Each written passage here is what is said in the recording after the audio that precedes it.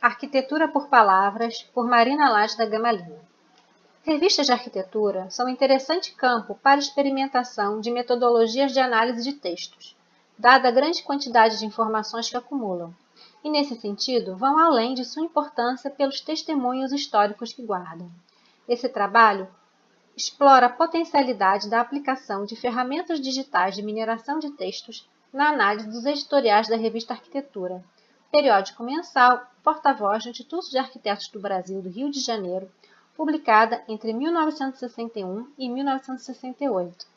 Nascida com o nome de Guanabara, a arquitetura representava uma classe profissional compromissada com a justiça social e com a função social da arquitetura.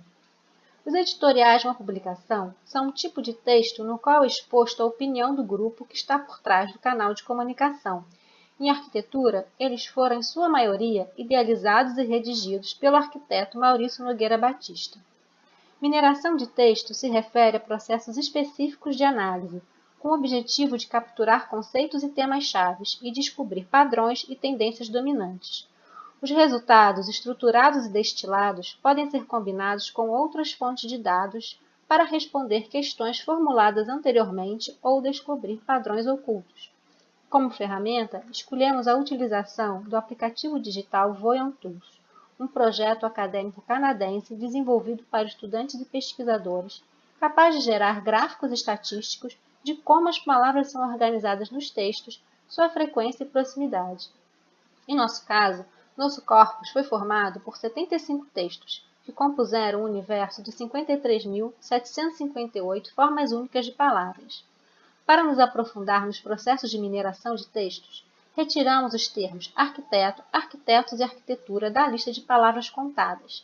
Como são textos de uma revista especializada em arquitetura, estas são palavras que se repetem muito e atrapalham a extração de dados relevantes.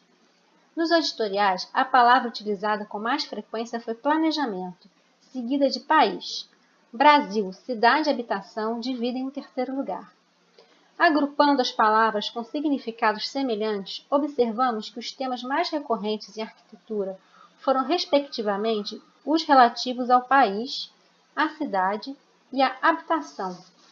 Os resultados ressaltam a ênfase dada ao conceito de planejamento e apontam também o forte viés nacionalista dos discursos dos arquitetos de IAB.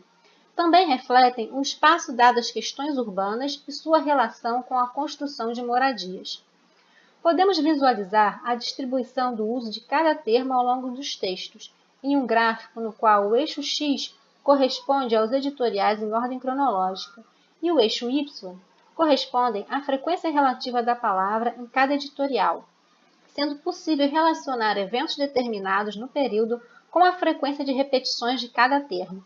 Em nosso caso, assinalamos na linha do tempo o golpe civil-militar de 1964, com a intenção de avaliar como este evento influenciou os discursos dos arquitetos de IAB naquele período.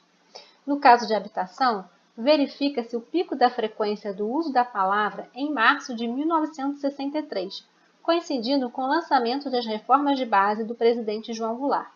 Nota-se também uma visível diminuição do uso do termo no momento logo depois do golpe, mesmo no período de lançamento do Plano de Habitação do Regime Militar, o BNH.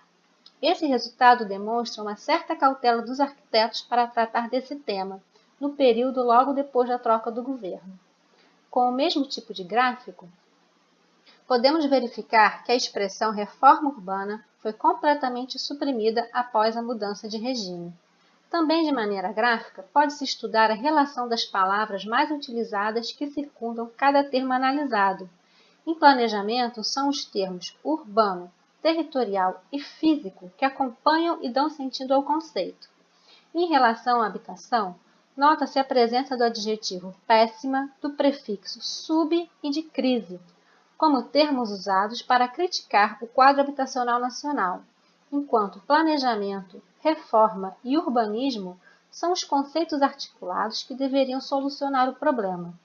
Em resumo, os resultados revelaram que as ferramentas de mineração de texto constituem um interessante suporte para pesquisas em revistas de arquitetura e urbanismo, constituindo um campo com variadas possibilidades de experimentação teórico-metodológica.